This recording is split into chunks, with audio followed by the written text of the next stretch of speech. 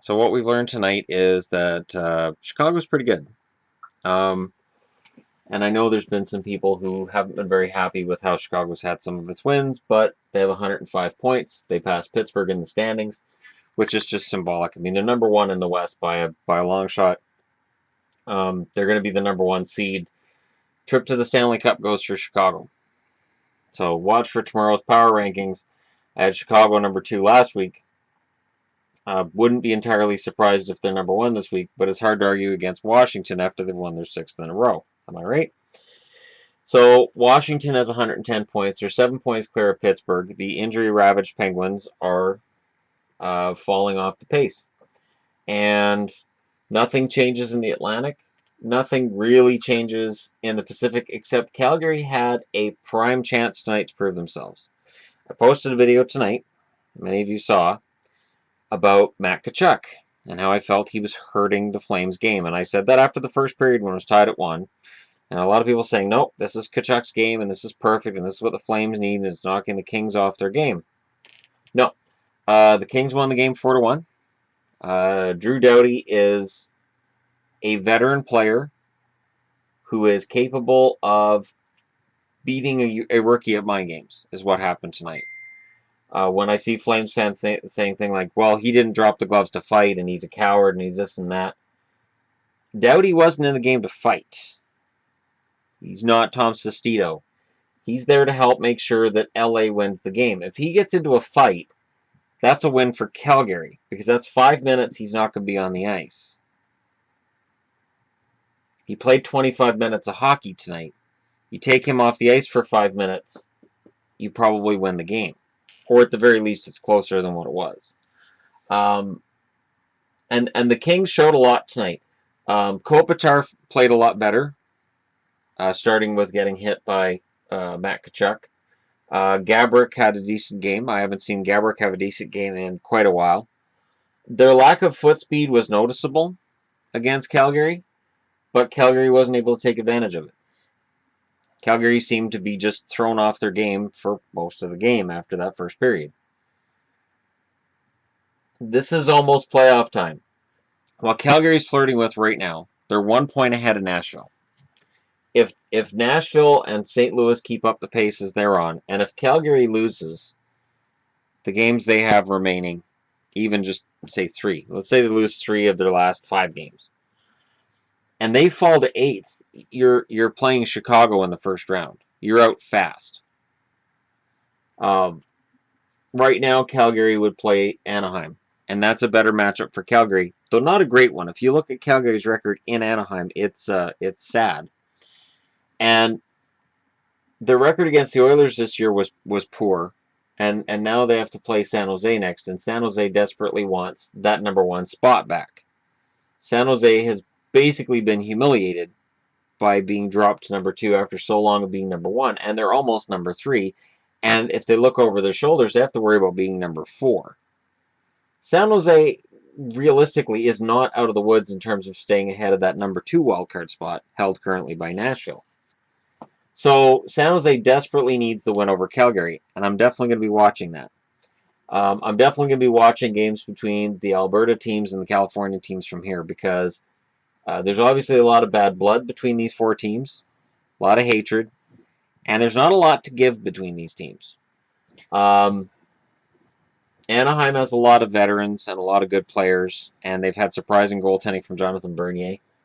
San Jose, though they've been down, they proved against the Rangers that they can bounce back, and maybe they can get hot again.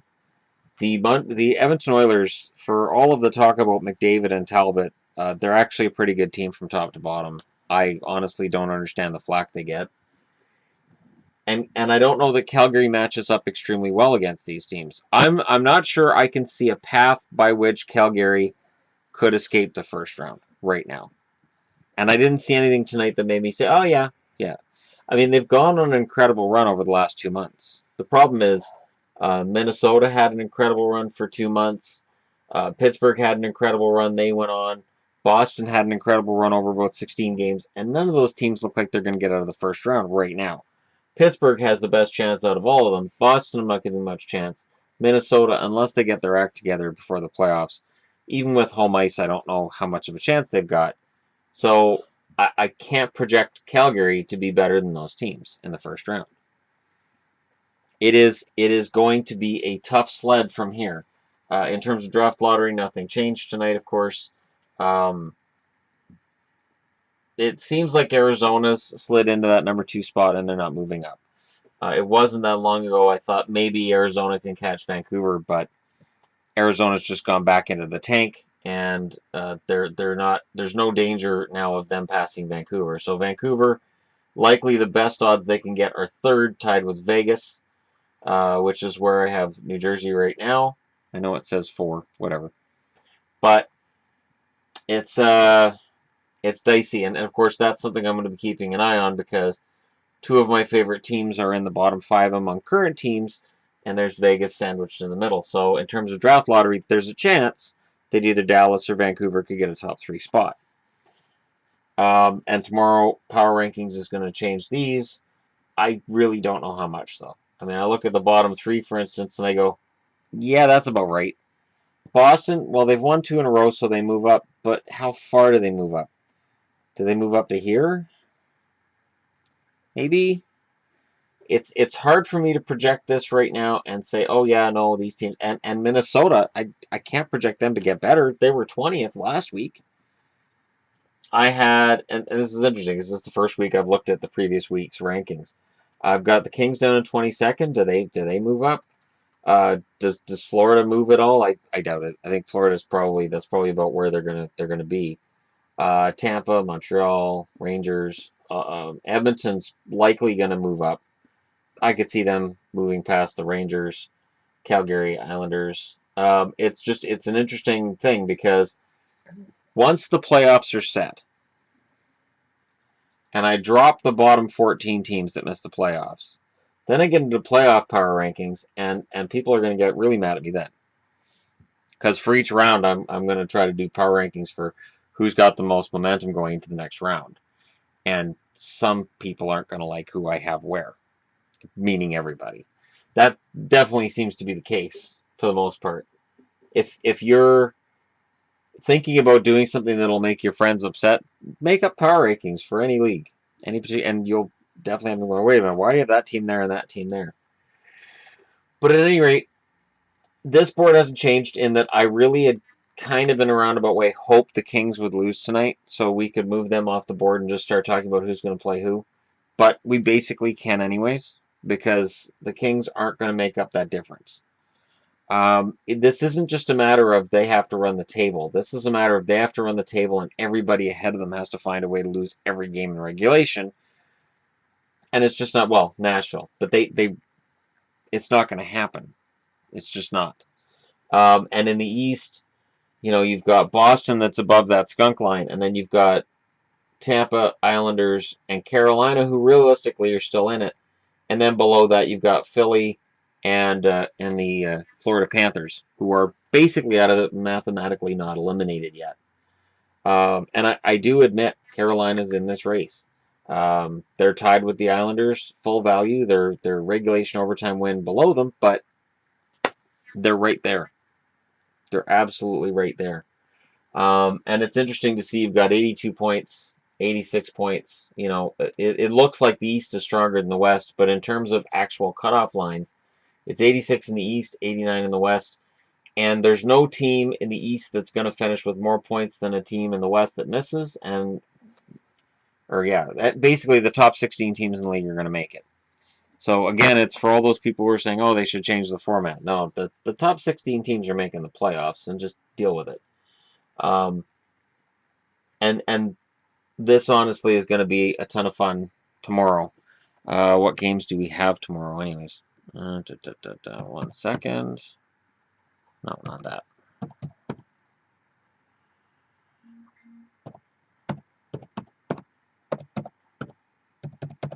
I'm just going to look at tomorrow's games because I work. Well, I have my first aid course until 4:30 tomorrow, so I'm not going to be home before tomorrow's games start. Thursday, March 29th. No, Thursday, March 30th. Okay, so the Islanders are in Philly against the Flyers. The Flyers have to win that if they're going to stay in it, and then that would create a 3-team logjam there. But if the Islanders lose, it does bring Florida or Philly in, but it makes Boston's position stronger. Columbus is in Carolina. So if Carolina wants to help out the Penguins, they can do it by beating Columbus. Carolina's at home, so I'll give them even odds on that one. Boston is at home against Dallas. These guys who are languishing. So Dallas, I love you guys, but if you can do my Bruins a favor and just lose tomorrow night, that would be awesome. Thank you very much. And as a reward, I'll see if you guys can win the draft lottery. I don't have that kind of pull. Florida's in Montreal against the Canadiens, so in order for Florida to stay on the board, they need to win a game in Montreal, which they've done before. Florida's had some weird wins in Montreal, so I wouldn't roll against it. Detroit, who's playing for Pride, they're officially eliminated. The video on Detroit's fall out of the playoffs is coming. That's something I'll do this weekend because it requires a little more research and a little more thought than just throwing together a video while I'm tired. But for Tampa, the game against Detroit is huge. And Detroit, who've been eliminated by Tampa a couple of times, would kind of love to eliminate Tampa from playoff contention. Let's be honest. We've got Toronto playing Nashville. So Toronto can do a solid for Calgary and for potentially Edmonton, depending on how this all shakes out, or St. Louis, if Toronto can win that game.